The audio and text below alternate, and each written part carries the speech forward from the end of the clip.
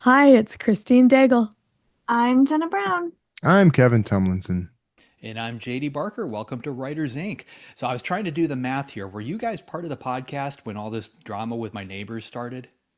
I think this Uh, even predates all of Part of you. it. I think it even predates us. Yeah. Okay.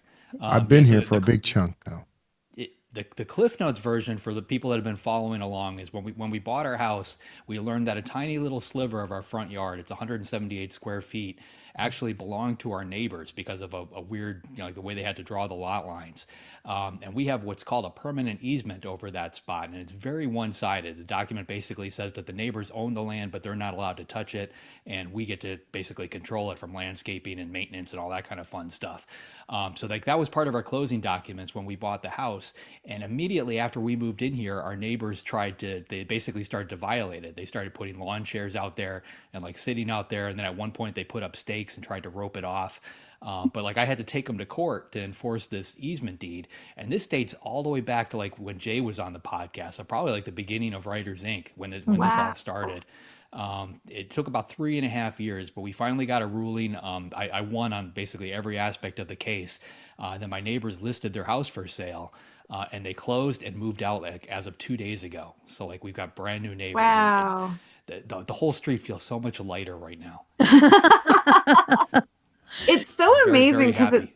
it's so obvious that they were just like planning on essentially bullying the new neighbor into like, no, this is our house, and like not expecting you to fight back, which is like so weird. Yeah, it's a It weird was thing. it was expensive though too. Like I spent about 200 grand in legal fees. Oh, They sued ouch. the town. They sued the town over this too, because the town was involved, and they spent 100 something. And I've got no idea what the neighbors actually spent, but probably about $500,000 on the table over them just basically not honoring something that was in place. And like when the judge saw it, I mean, he basically his ruling was, here's the document. It's very specific. This is what you can and can't do, and it was what we all knew, and they were violating it all along. But yes, I mean, some people are just they're assholes. You So got to they had enough of your shenanigans and pitched and pulled up stakes and Well, moved that on. that was the so best part. I really wanted to sit on my porch and just kind of watch the moving trucks come and go. Like just watching them fill up the trucks with all their things and then and just leave was just fantastic. I want to know what went through their lawyer's head because like they had to have looked at this and been like, "Oh, we're gonna lose." Like there's no way they looked at it and were like, "I can beat this." So, They No, make they money either had way. that's the well, thing. yeah, They I they had they know, had but multiple they had Yeah. multiple lawyers from start to finish, and a lot of them just walked, like wouldn't take the case. And like their first lawyer was like kind of involved at the fringe at the beginning, and then he walked away, and then they had to get somebody else and somebody else. So they finally landed on basically a glorified ambulance chaser. Somebody who's willing to take whatever case he can to pay yeah. his Well, bills. they'd And have doesn't to. care. Yeah, Yeah. it's So have you met the the whole new system's. neighbors though? That's the real question. Same as the Have they old No, moved we in ones. we yet? haven't. No, nobody's moved in yet. We haven't seen anybody over there. It's been a couple days since they took possession, but all we've heard is that they're from Massachusetts. So that could mean anything. Interesting. They might be 10 minutes away, or they might be 2 hours away. But hopefully sometime soon. We're hoping they have kids. Yeah. Cool. Yeah. So Yeah. anyway, for everybody who's been following along with the drama for all these years, that's the ultimate outcome. Yes. Kevin, you've Oh, got drama going on today too, right? Did you release like a novella or something? Yeah, I dropped a new novella, like a sci-fi novella this morning. I'm cool. kind of watching the little sales Wow. climb up. And it was really a rewrite of Congratulations. I had done a short story for an anthology like a decade ago, and I'm starting to kind of go through all my old short stories and novellas and novel starters and things, and just kind of retooling and re-releasing and having a good time with it. So, but the other Nice. something else that happened yesterday was actually kind of cool. It was a brand new experience for me. Oh, and by the way, you can find that novella. It's Rover 8, available on Amazon. Plug that heavy. Go and buy that. Yesterday, I keep getting advice from people to try dictation. Kevin J. Anderson has tried to talk me into it, and Nick Thacker, and we had a guest. I had a guest on the Wordslinger podcast who tried to get me into it, and I just never can pull it off. I ran into a guy the incoming president for Nink. While I was at Nink last week, Oh named yeah. Kevin McLaughlin. He does this. He dictates, and he showed me his really super elaborate setup. And so on a whim yesterday, I'm walking my dog, and I think, I'm just gonna try it. I popped in my AirPods, started using the voice memo thing, and it does a transcript, so that comes in real handy. But I just fired off a real quick flash fiction story, probably not even 1,000 words, Mhm. and just for the fun of it, I posted it on my Substack, and it is just blown up. Like I've gotten so many people pop in and comment on that thing, and of course they want to see more. It's too short, they want to see more. So I'm like, this is a great way to kind of test weird ideas, because the premise of this one was it's called the Library of Unwritten Books. And it's the idea of like Nice. all those book ideas you've ever had that you never wrote down, never got around to, the shower ideas and stuff. They exist as fully fleshed out books in this library of unwritten books. And this author stumbles across some of his unwritten books.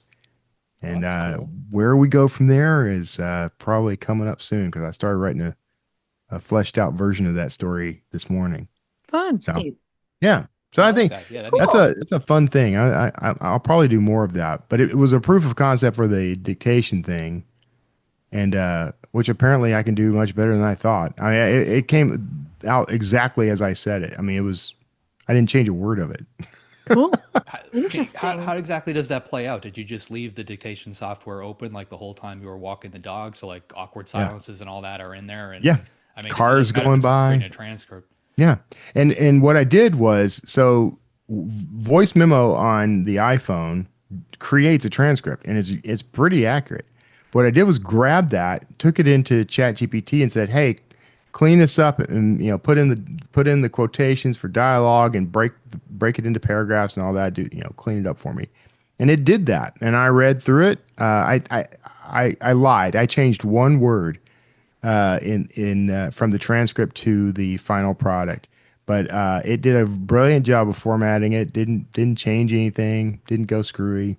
So nice, So clean story. Nice. I'm sorry, I'm interested in the technical side of this. Tell me. Does it Ask me. time out at some point, or it'll just let you keep this open indefinitely? Good question. How- I don't know how long long a did voice memo can run. How long did you go? Yeah, this was maybe 10 minutes of me walking, Oh, okay. with the dog. But I've heard, I think Nick Thackeray uses this same app, and he dictates while he's driving, like from Denver to Austin. And you can do multiple files, but he dictates for long stretches. I don't know if there's a limit to how long you can go, but I can check. I can find out. Yeah. I'm I just wanna curious know. because I could see like leaving this open, like you just said on a drive, like you're Yeah. driving for 4 hours, so maybe leave it open the whole time and then you just talk when you come up with whatever. Yeah. So I just looked do it about up an so hour we can every know. day. There is no set time limit for voice memos on iPhone. The recording length is limited only by your device's available storage space. Oh, and So see, there I you have go. There you go. my iPhone is 2 terabytes, so That's a big one. that's a big Wow. one. Holy Or is it smokes. 1 terabyte? It's at least a terabyte. I don't remember. Maybe it's not 2, but it's at least 1. So I got plenty of space. Plenty of space. It does a great job. It did a fantastic job of actually transcribing and doing and I stole the idea of taking it to ChatGPT from Kevin, because he has there's like Mac Whisper or something like that. It's got ChatGPT sort of built into it, and it has this built-in prompt that basically tells ChatGPT to do what I told it to do. But I'm like, well, I don't need to spend money on app. I mean, I've got everything I need. So, and then I told it, remember this prompt so that next time I ask you to clean up a story, you'll do it this way. And so it'll be able to do it again later. Cool. So, yeah. Well, I don't know about long format yet. I mean, I do a lot of looping back and referring to things, so I don't know if I'll be able to do like a truly long format, but a real quick flash fiction idea, something where I can kind of encapsulate in just a few paragraphs, and then that can spark something later. I mean, it worked great for that so far. Well, I know Kevin Anderson goes on pretty lengthy walks, right, for a couple Yeah. hours or so at a time, Yeah. like up in the mountains somewhere. But he's got And a voice recorder and he has a human right, being doing the transcription. so he's still doing it that way. He hasn't I crossed don't, over to the 20. yeah, I don't think he's transitioned to using AI for that yet, but he maybe. We'll talk to him in November. We'll ask him, are you still doing it this Yeah. way? Or I'll send him an email after the show. Because and everybody keeps trying to get me to do this. So I'm like, there must be some magic sauce to this because everybody's doing it. All right. So, Speaking okay. of that, which Speaking totally of- awkward segue, like you always do. Everybody's what is in the doing it. news? You'll get better at it, JD. Speaking of awkward transitions, nobody will ever know the awkward transition we just had. Isn't that fun? Let's do this again. At Pop, Publishing's finance minds share how strategy drives acquisitions. Finance leaders said they're partners to editors, not adversaries. They start with data, including author track record and comps, but try to make editor-backed projects work rather than veto them. Acquisitions are portfolio decisions. What's the return on investment and timeline? Who's the audience? And how will you reach them? Today, you need a concrete plan to reach an audience. An appearance on the Today Show is no longer enough of a strategy. I'll take it, though. They'll take calculated risks on strong editorial conviction, especially stories that can travel across formats, such as from podcast to audiobook to print, but aren't, quote, too wedded to the data in a creative business. So these are basically all the things they're looking at before they decide whether it's even a good story. Yeah.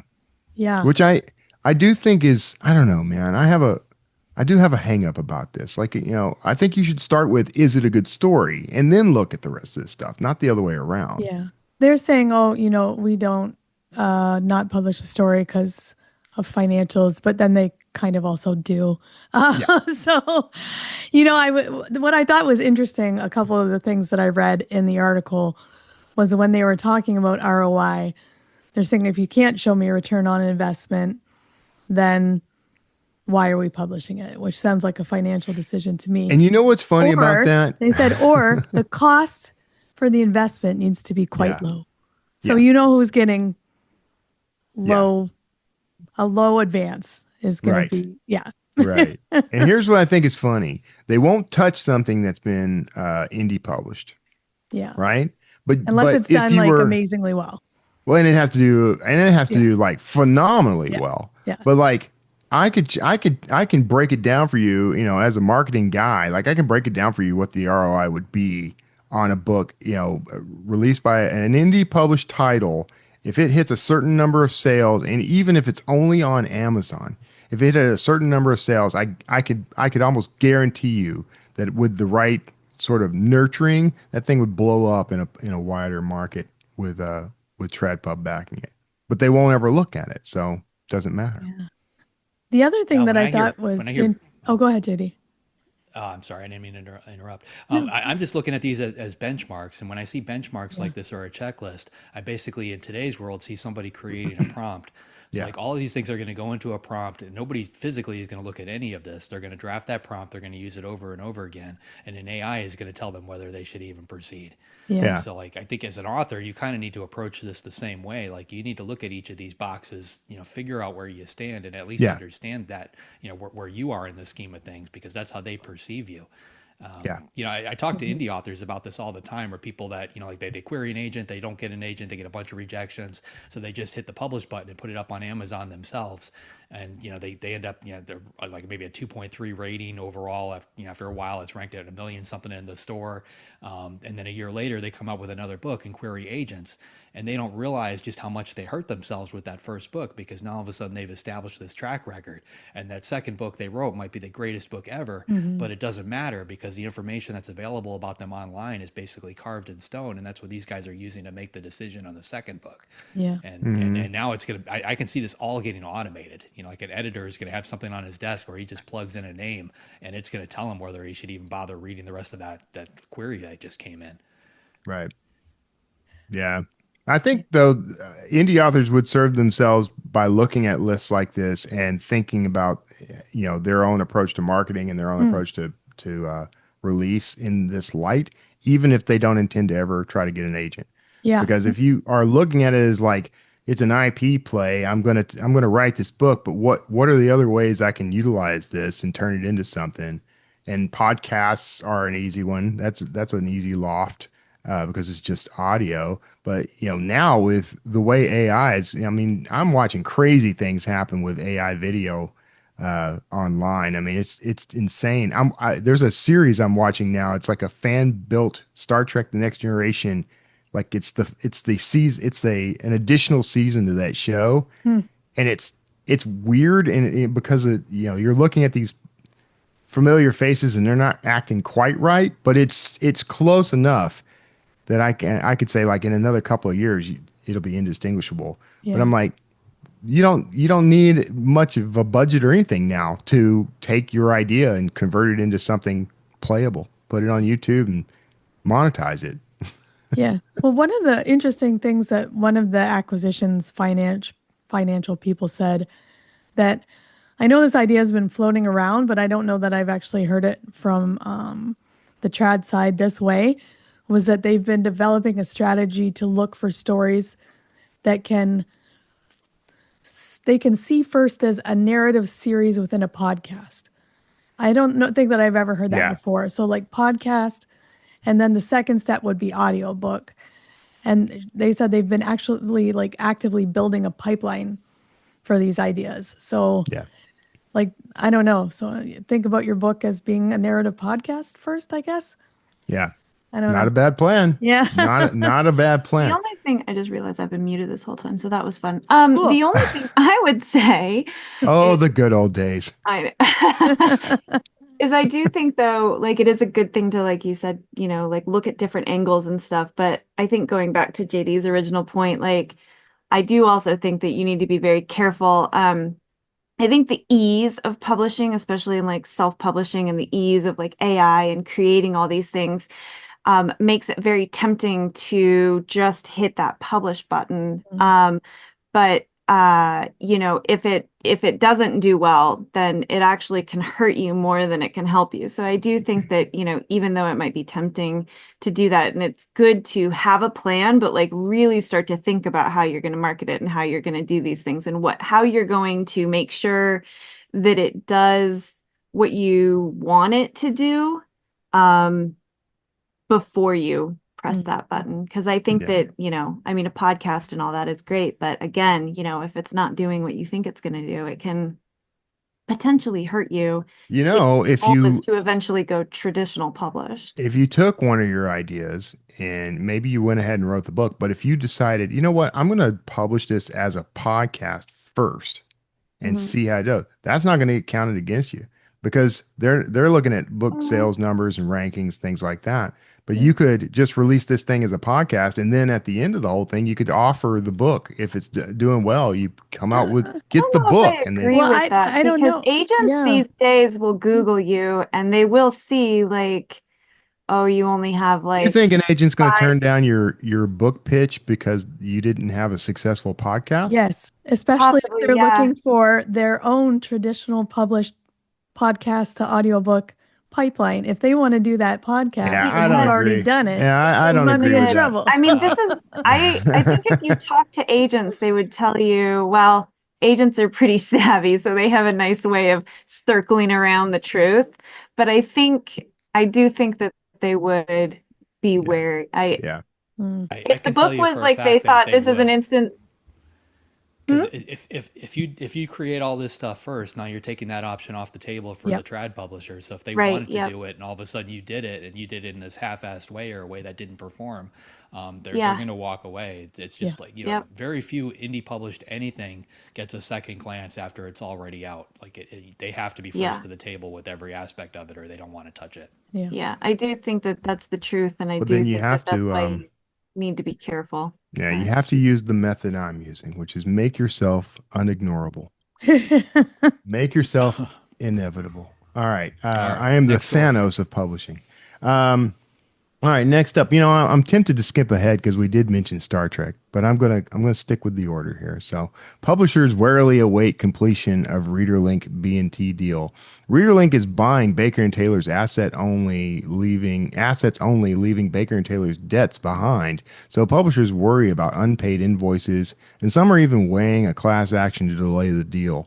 The target close is September 26th. A claims process for pre-closing invoices will start after the sale. But for now, there's a lot of uncertainty, and creditors may have little say in how money gets distributed. The upside, Baker and Taylor will keep operating with ReaderLink's resources, more inventory, and most staff in place under CEO Eamon Kocher, which could steady library supply even if feelings are mixed. I'm trying to figure out how they're even pulling this off. I guess they haven't gone into bankruptcy or anything. I like don't that, know. so they This can is sell a whatever. thing now. This is something Yeah, that's well, happening a lot now with companies If you think somehow about the buying. business, if Yeah, you think about the business, like if they haven't gone into bankruptcy, they can sell whatever asset they have. right. So they're basically doing that first. You know, they were heading towards bankruptcy, so that's where they were going. But if they had filed, they wouldn't be able to do this because all the assets would be frozen. Then they would be liquidated. Creditors would be taken care of based on those liquidations. Yeah. So they're basically liquidating. You putting the cart in front of the horse, I guess. But I could see the creditors themselves stopping this. Yeah. Yeah, I actually think that this shouldn't be allowed. I think that companies are, if you've got those kind of debts, you know, your obligation is I think the first offer has to be to those you are indebted to. If the debt is large enough, you could convert that into shares in the company and then when the sale happens, they get repaid automatically. But that's somehow these companies are getting, and Disney did this. Disney did this with the Star Wars franchise. Like they bought a bunch of the big chunk of the Star Wars like ancillary products and stuff without taking on any debt. That's how you ended up with Alan Dean Foster getting screwed out of any royalties for his Star Wars novelizations that they based some of the films on. So Yeah. this feels slimy to me. It feels like there's a loophole here that needs to be closed. Or not. I think we all agree with you. Okay. Nothing else to All be right. said. Speaking of stars and wars and related items, this is not a Star Wars reference, but LeVar Burton named ABA's Indie Bookstore Ambassador. LeVar Burton of Star Trek The Next Generation fame and also Reading Rainbow fame, let's just throw that in there, has been named the American Booksellers Association's Indie Bookstore Ambassador for 2025 to 2026.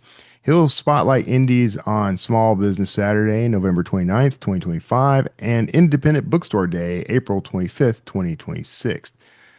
Burton is the longtime Reading Rainbow host, director of the 2023 documentary, The Right to Read, author of Aftermath and children's books, and winner of a Peabody, a Grammy, 7 NAACP awards, and 15 Emmys, including a Lifetime Achievement Award. His message to readers: independent bookstores are, quote, sanctuaries of possibility, where a single story can change a life, and he's out to champion them nationwide. I love this so much. I love LeVar Burton. I love it too. Butterfly in the sky.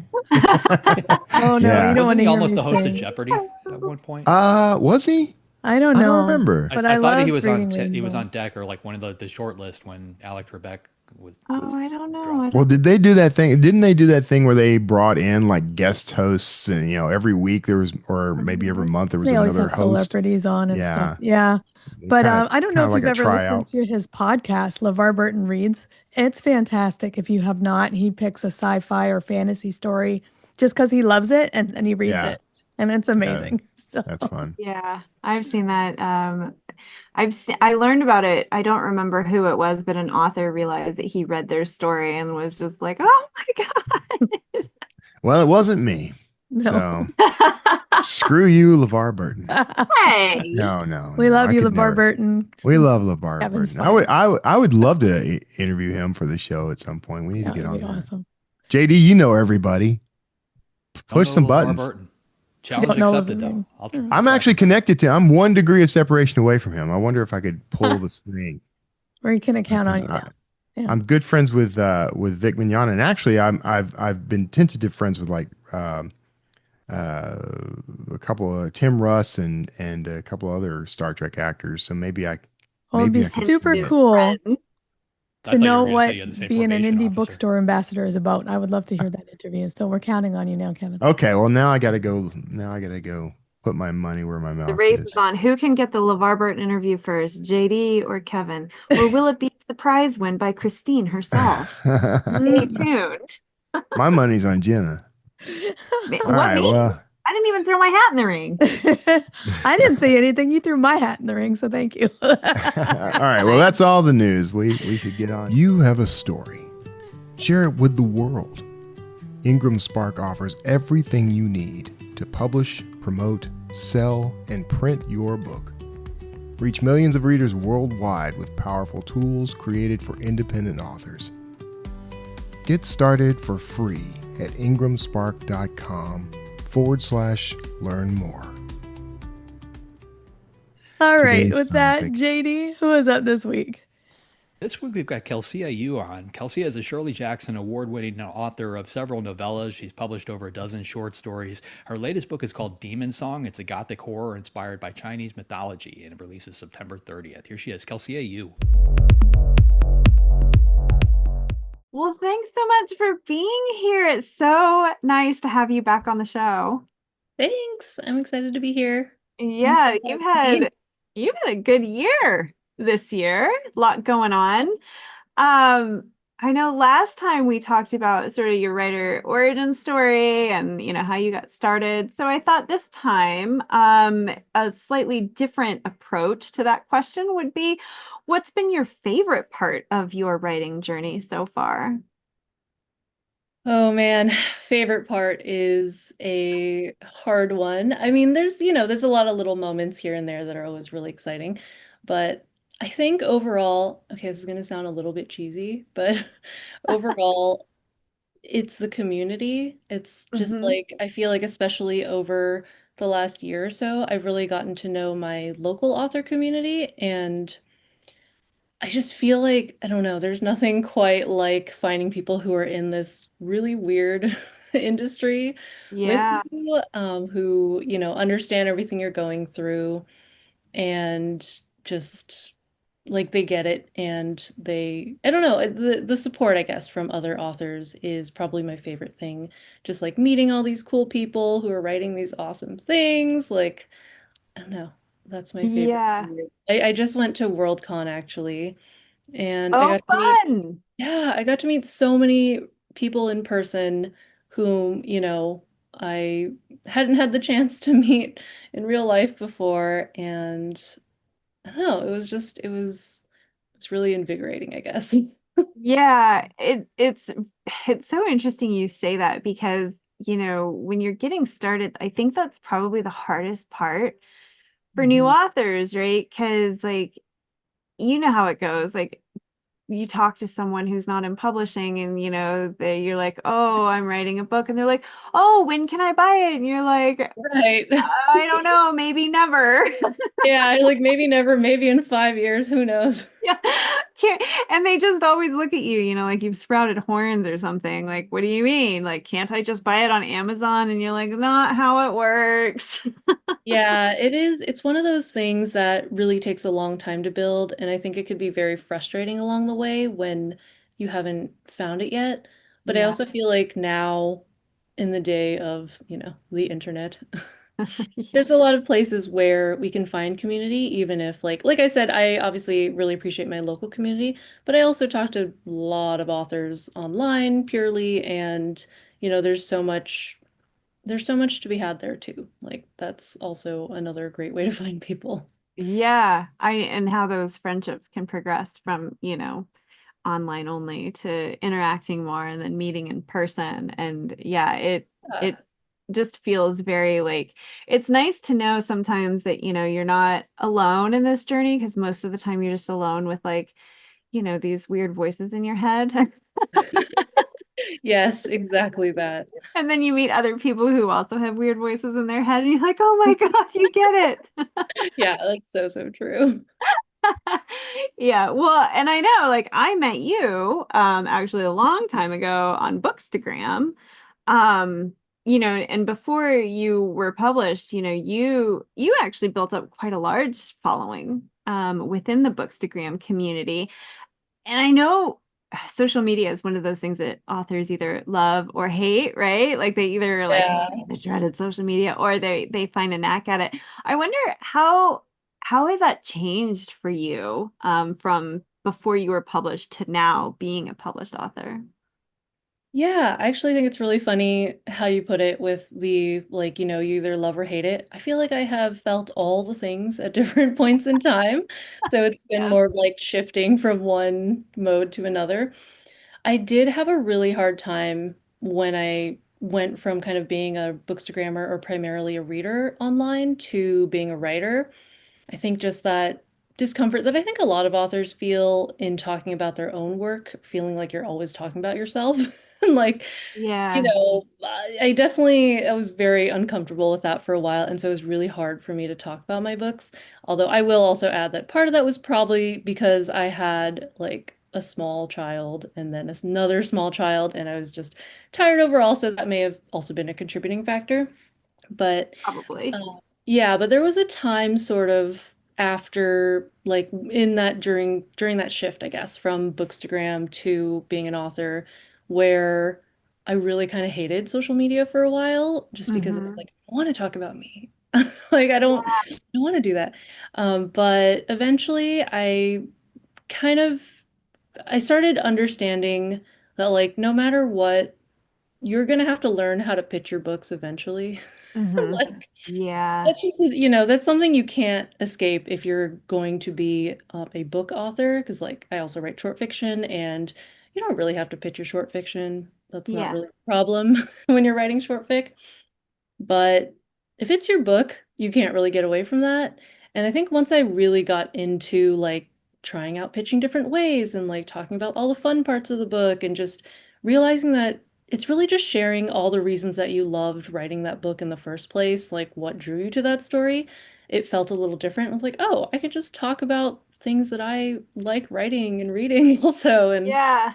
yeah, and then eventually I also probably spend a little too much time in Canva and I've I actually got into doing that part of it though. It was like it felt a little bit celebratory in a way to be able to take, or indulgent maybe is a better word, to take the time to be like, no, I just want to make a fun little reel that's like some mood pictures that have to do with my book, and I want to do like a little pitch trailer and stuff like that. And like it takes a while, so it does feel indulgent sometimes, but I don't know. Stuff like that really helped me. Celebratory.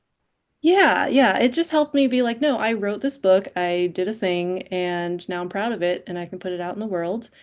So my relationship has moved back to enjoying it in that sense.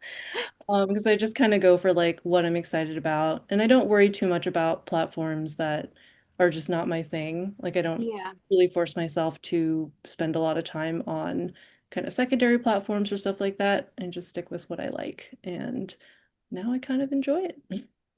I think that that's actually really important, like, because I think that, yeah, so many people look at it as an obligation, right? Like, you have to pump your Yeah. books and you have to do this and you have to do that.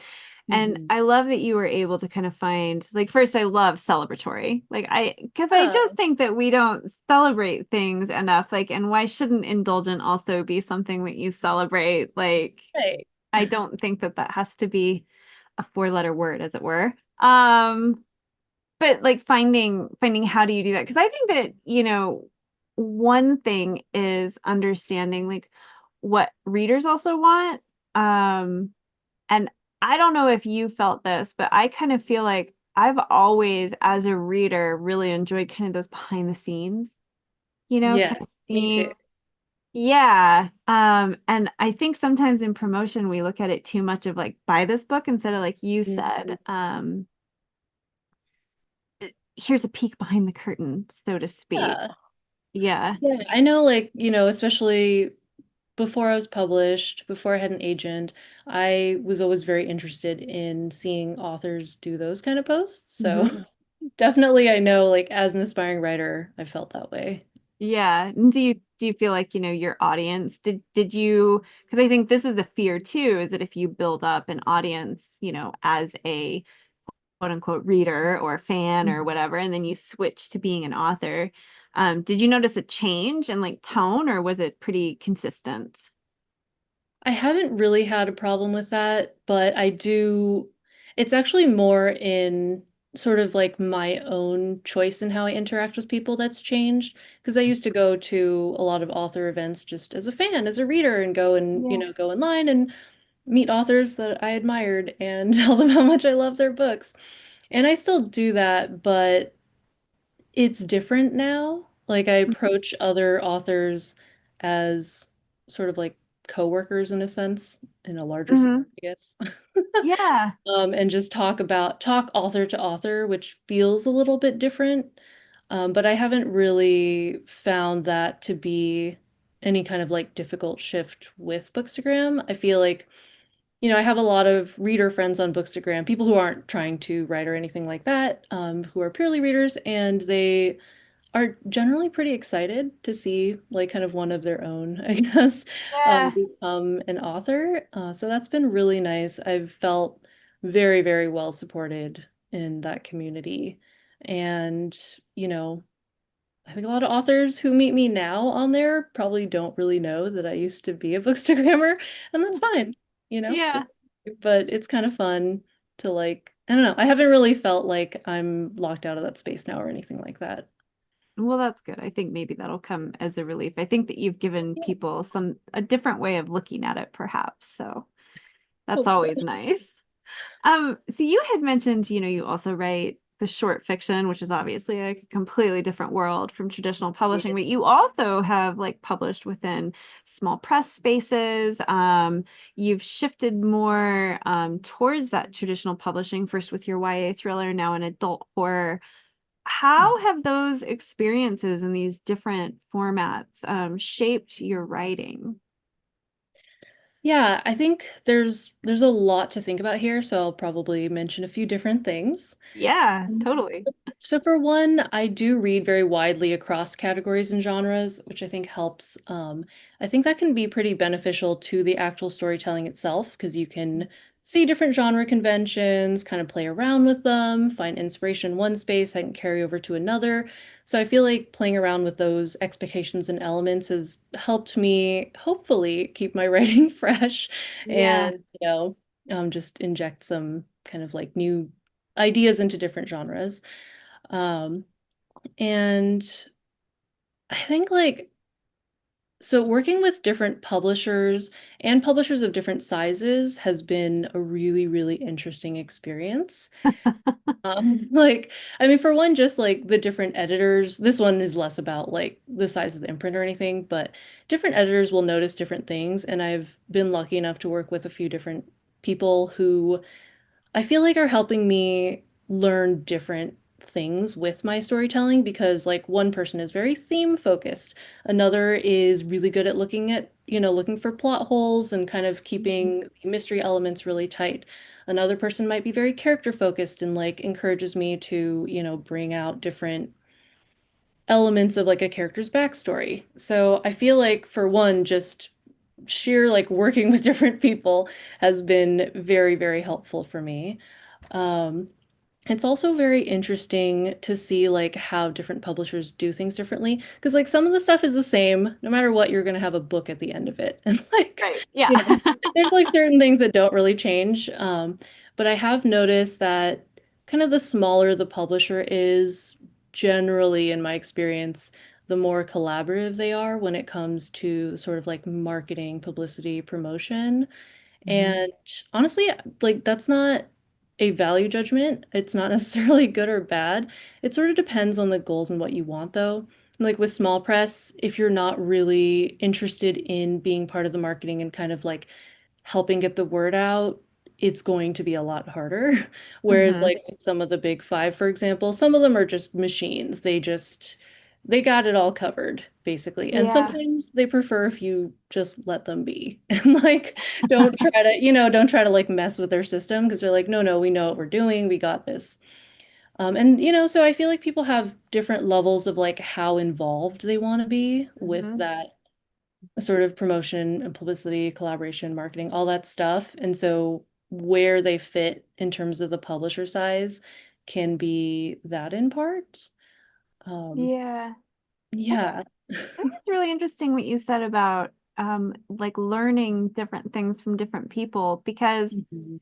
I do think for a lot of authors out there, it's sort of like the dream is you get an agent, right? But then you get an editor, right? Like Right, you get right. someone that just sort of stays with you for your whole career. And Mhm. um and I think it's interesting to think about, because in on the one hand, like yes, that's obviously like good as you grow and like develop a relationship with them, because I think relationships are very important and end up being very you know, communal in a way. But then also, like you mentioned, for a debut author, it's sort of interesting to get that wide range, kind of like Mhm.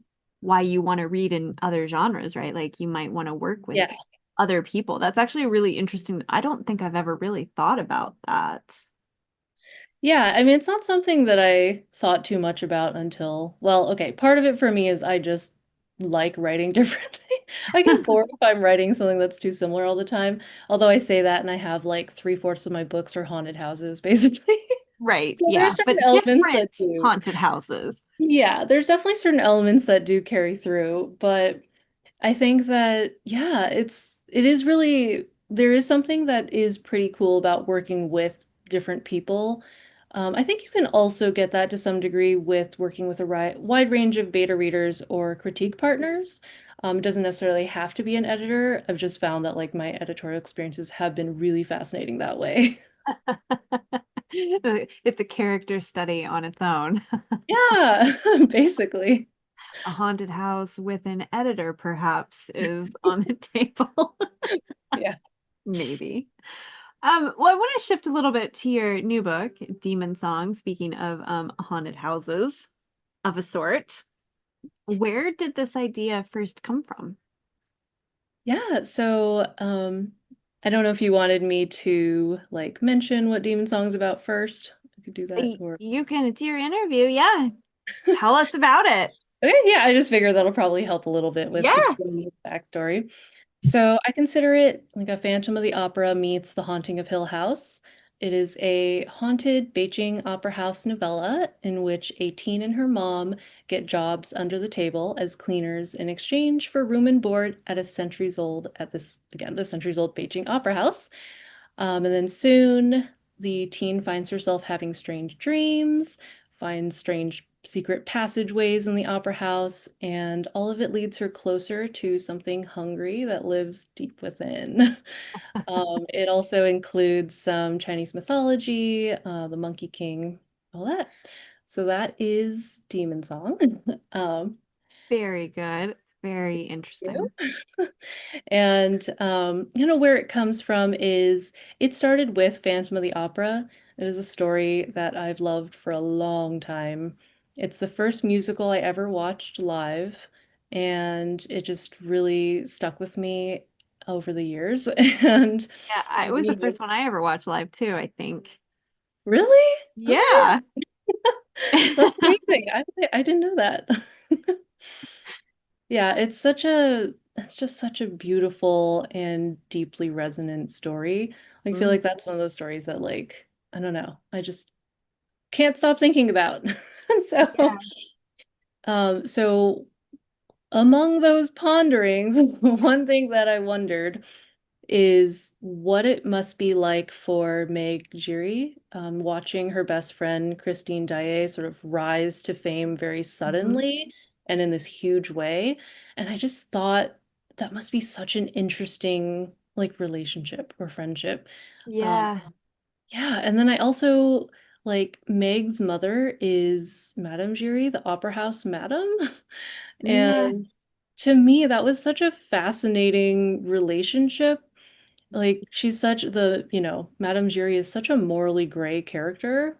Like in some ways, she's almost encouraging Christine's very messed up relationship with the Phantom. Yeah. And, and like both, as far as we can tell, like Meg and Christine both live in the opera house with, with Madame Giry. And, I just wondered if some part of it was that she is protecting her own child and almost sacrificing someone else to the Phantom. And you also find, Oh, that's interesting. yeah, and like you also find out that, she was part of the Phantom's backstory, right? Like she helped him become the Phantom of the Opera, essentially. And I just think like, I don't know, it's such an interesting relationship. Like there's a lot there. And so I think Yes. that kind of caught hold somewhere in my mind. And I wanted to tell a story from Meg's perspective. And so my main character, Megan, is based on Meg. And then I thought, okay, what if I made the opera house a Chinese opera house and, added in some Monkey King mythology because I love, putting folklore in my stories. Yes. And then kind of approached themes of like what it's like to be part of the Chinese diaspora and, being in a country where you're not fluent in the main, like in the language that's spoken around you. Because my main character, Megan, is Chinese American and she is in Beijing and she knows some Mandarin, but she's not fluent in it, which is like my own experience. Hmm. Uh, and that part of it is also based on my own experience of like the first time I went to China when I was 15 years old and all those feelings. So, yeah, so all of that sort of swirled together into what I originally thought was going to be a short story. Haha. As And she laughs. yeah, it was literally, okay, this might be like more backstory than you want. But That's fine. but my very first published short story was in Classic Monsters Unleashed, where they took like, a classic monster from one of these tales, and then, you write like a new short story about it. The limit was 5,000 words, and this was originally an idea for that. Um, I and love so I it. was like, I could totally write this in 5,000 words. And then I tried to actually write it, and Right. yeah, now it is 35,000. So I guess it wanted to be a little bit longer. But yeah, so this is one of those weird stories that just like it started out shorter, and then the next version, I was like, okay, I'll write a novelette. And that was, I don't know, 12,000 words or something. And then it was like, well, I saw a novella call. I was like, well, maybe I'll try making it a novella.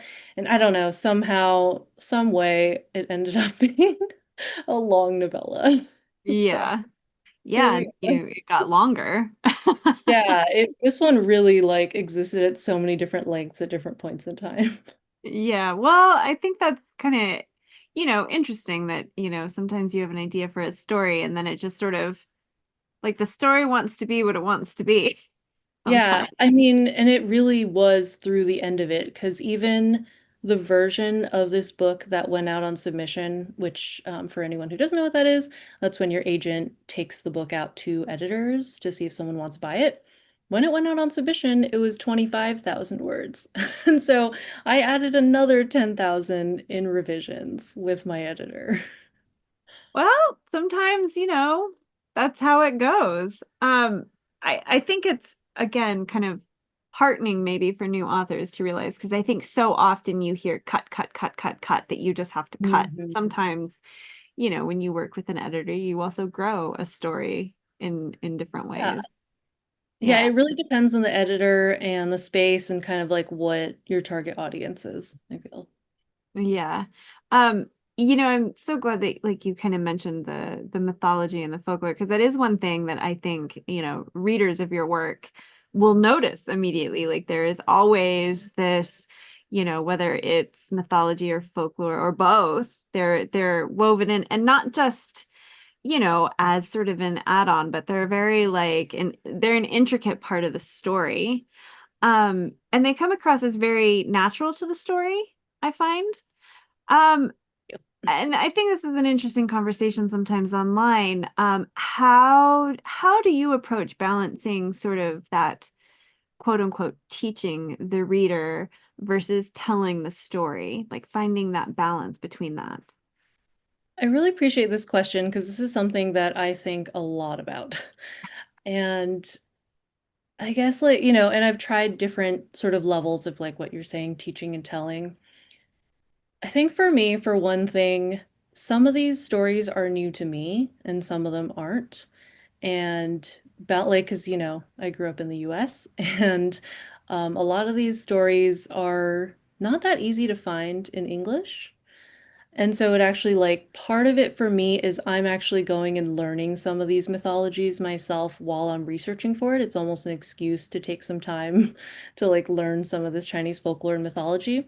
Well, other stories I did grow up with. So for me, it's a very, very interesting thing to see because like I don't think that everybody, like, I don't think that anyone is required to explain all the ins and outs of mythology, whether or not they think their audience will be familiar with it.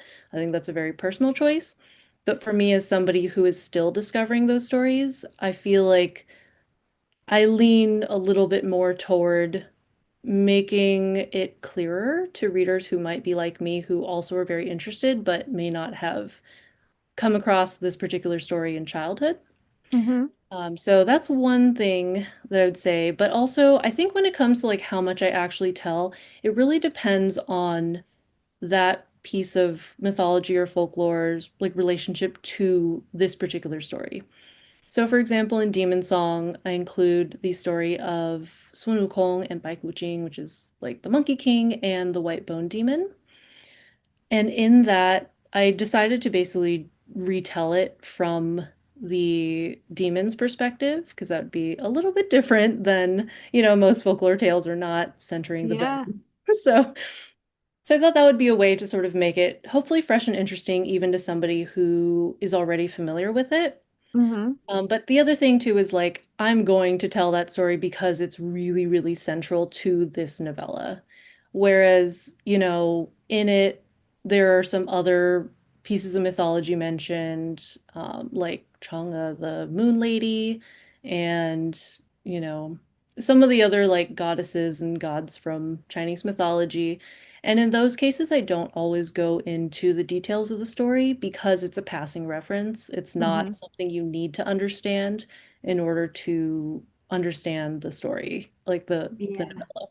So that's usually where I kind of draw my line, but it just, yeah, so it really depends on the context. Yeah, I think that's really interesting. I love rewriting it from, I mean, I always like rewriting from the point of view of the villain. That's Yeah, always it's fun. always a winning strategy in my book. Mhm. So, what do you hope, if anything, readers take away from your writing? I generally just hope that they're left thinking about something at the end of it.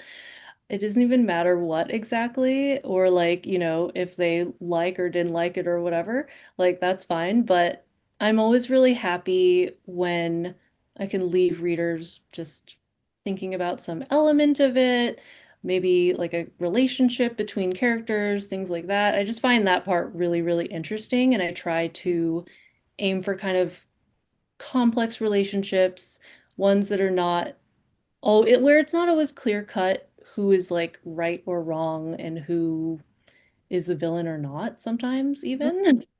And I hope that leaves people thinking. I love it. Um, you're fairly new in your career, so perhaps this question is a little premature, but what's been the biggest surprise of your writing career so far? Um, I think it's honestly how hard it is. Like, I don't want to be depressing or anything. I don't want to discourage anyone because obviously I'm still here. I'm gonna keep trying. I'm gonna Mhm. keep doing my best to stay in as long as people will let me. But it was a little bit surprising to me just because I don't consider myself particularly insecure or emotionally fragile, which again, like, no shade. Like, that's, you are who you are, and people, that's not something that is usually in anyone's control. It's Mhm. more that it just caught me off guard because I kind of thought, like, oh, I can handle it, whatever. Right, And yeah. sometimes, yeah, but there are some pretty tough moments. There's some stuff you really have to like there are moments that come up inevitably where you sort of have to decide how much you really want this, how Mhm. badly do you want to stay in, because there's always going to be things about it that are hard. Like, Yeah. no matter what. I don't think I know any authors who have been in for a few years who haven't experienced those things in Yeah. some form or other. It's just it's a volatile industry. there's a lot going on. So so yeah, I guess that was probably just the biggest surprise that personally I had to keep making that choice again and again, but Mm-hmm. I did, and I plan to continue to do so. I want to stay in. I want to I want to be here in 5 years and 10 years and hopefully beyond that. Yeah, I love that you said that. Like, because I don't know that people talk about that a lot. Like, that you kind of have to face a moment where you decide, Hmm. because I feel like sometimes this industry can feel so subjective and like so much is out of your control. But then again, like there is also a choice of do you even want to continue like Hmm. fighting that fight, I guess. Right. Yeah, Um, yeah. I think that it can be really hard to talk about because a lot of times it's a very personal thing for people. And I think there's also this push in the industry to sort of always put on a brave face about it and just be like, yeah, yeah. yeah, it's great. Yeah. So it Only is, focus on the positive and yeah, don't talk about that. right. Yeah. And I also think too, like it can be in a way difficult to talk about just because so many people want to be in the industry, and I get it. I also have been there for many, many years, you know, just like doing everything I could to try to break in. And it can be difficult to break in, as I'm sure every writer knows. And so because of that, like you don't want to make it seem like you don't appreciate what you have, because I definitely, definitely do. But I also think that sometimes that doesn't just cancel out all the difficult parts. Yeah, I think that's very well said. And I think takes us to our final question beautifully, which is, do you have any advice for new or aspiring writers? Yeah, this is real advice, but I also I don't mean it to sound facetious, but figure out how to stay in, figure out how to keep going, figure out how to keep writing. And for me, that is often things that are like celebrate every single win. Like when I would get, when I'd send out short stories, if I get a hold on it, as in like they may still reject it later, but they Mm-hmm. at least want to hold it for consideration, I celebrate that. Like Yeah. if you get a request from an agent, celebrate that. Like to me, it's about taking these moments. And like I said with the social media, like take some time to be like, no, I'm really proud of this book. I am going to give myself an hour or a few hours to just like make this cool little video about it because I'm really proud of what I did. I think just finding those ways to make sure you're hanging on to the joy is actually, to me, the most important thing. And just like finding ways to continue writing, whether that's like sometimes that means changing your methodology part way through writing a book. Like you're like, oh, I'm going to write it this way. And then somewhere along the way, it stops working. It was working for the first third, but now it's not anymore. And just like trying something new and being okay with that. And I guess that sort of relates to my other, I don't even know if this is a piece of advice, but it helps if you can try to learn to be flexible. I think it's Oh, a really hard thing. Like, I am a planner. I like to know my schedule ahead of time. I like to know what's coming up ahead. And it's definitely taken me some time to get used to the unpredictability of publishing. It's hmm. like, your book is not done when you turn it in. You you Right. do, yeah, you do your own edits and you send it to your agent, if you're doing traditional publishing, and then you edit with your agent, and then now you're on submission, yay! But also, if someone buys it, now you're probably doing like one or two developmental edit rounds, one or two line edit rounds. Now you're doing maybe one or two copy edit rounds, a few rounds of past pages. Like there's all these little things, and you often can't do anything about when that happens.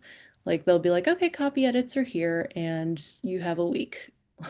Like drop everything, and Yeah. I don't say that to be discouraging. It's more like I think it just helps me to understand, like, okay, there's uncertainty here, but if you just figure out some ways to kind of like be as flexible as you can about it, Hmm. it makes it easier. Like, because for me, I feel like at first it was very frustrating that I wasn't always getting, and that I didn't always have like a timeline. I didn't know when edits were coming. I didn't know when this is happening. I was trying to plan, and now I'm like, okay, no, it will all happen at some point, and I will just deal with it when it happens. Like just learning to be a little more okay with that sort of spontaneity, I guess, and Yeah. uncertainty. I don't even know if Well, that's advice though, but yeah. I think that's actually good advice. Yeah. So keep the joy, stay in it, Yeah. be flexible. That can Yeah, put just find whatever ways you can. And again, that's like that can be community, that can be, you know, I don't know, just like letting yourself have an afternoon off to watch TV because you just finished a cool thing. Like you finished writing a chapter and now you get a little treat. love it. Well, thank you so much for coming back on our show. I had a wonderful time talking to you, as always.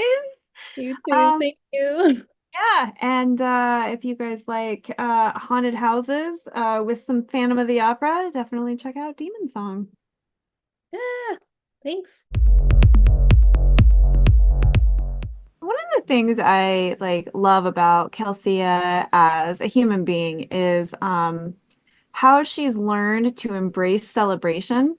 And I really, really loved how she used that to turn her experience of social media around, especially going from a reader-focused Instagram page to sort of the more obligatory buy my book.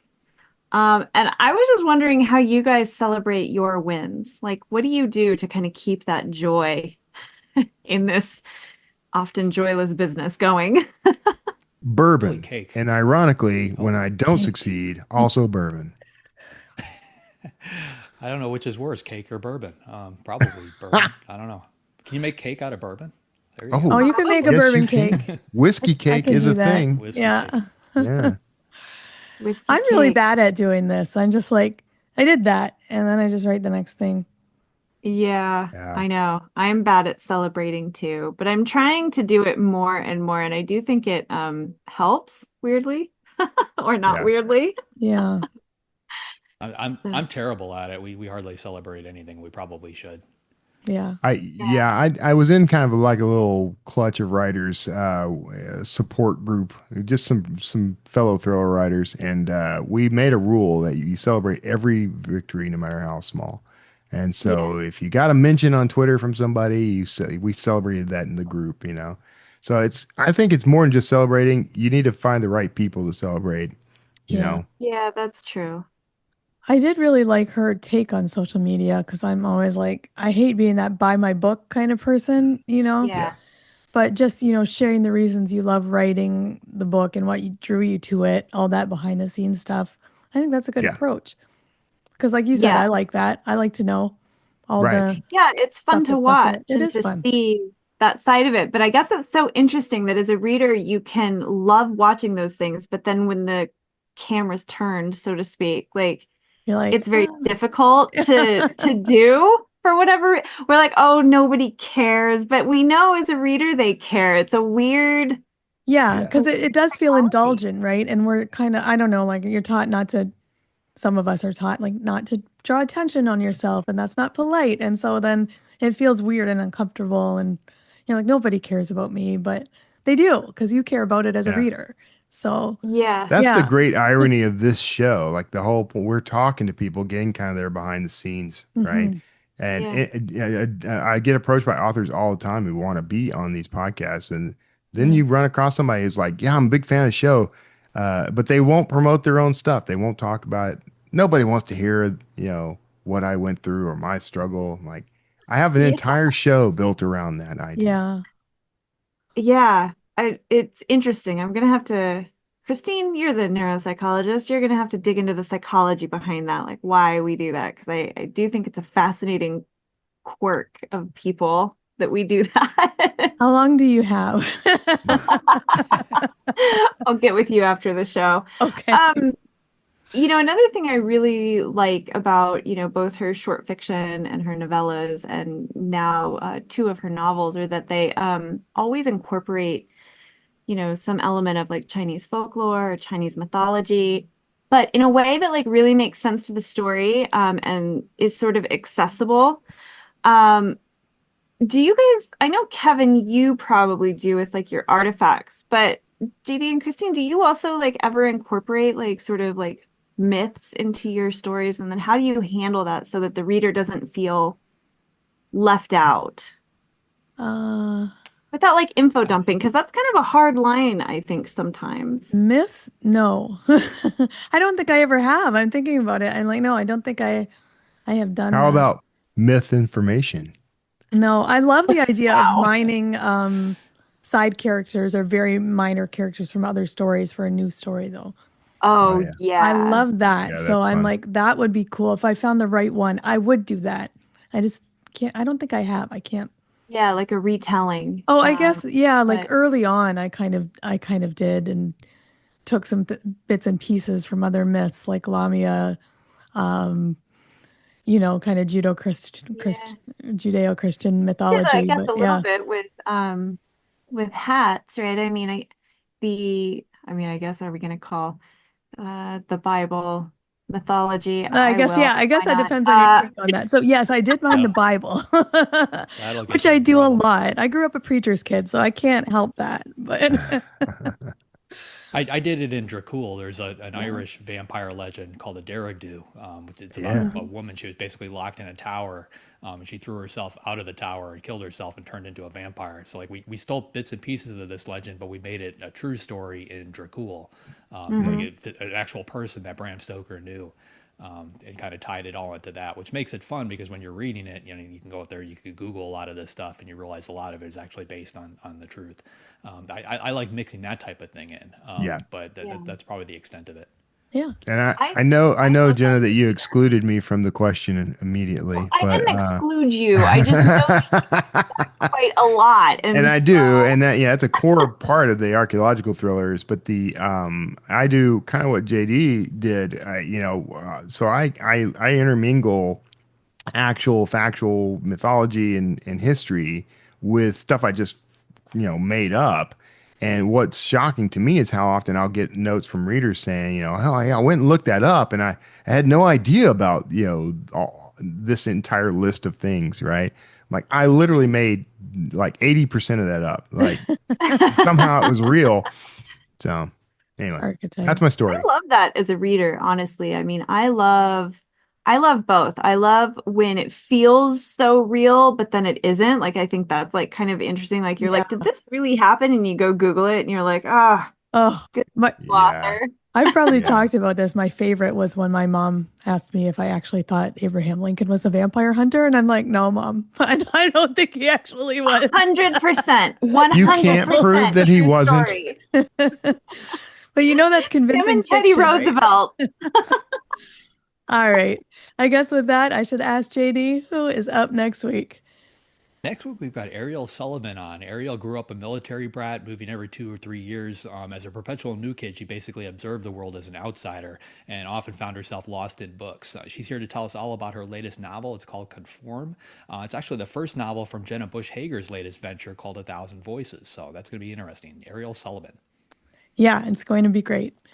If you'd like to be notified as soon as new episodes publish, make sure you go to writersincpodcast.com and sign up now. We'll see you next episode and have a great week of writing. Thanks for listening to this episode of Writers Inc. Access the show notes and leave a comment at writersincpodcast.com.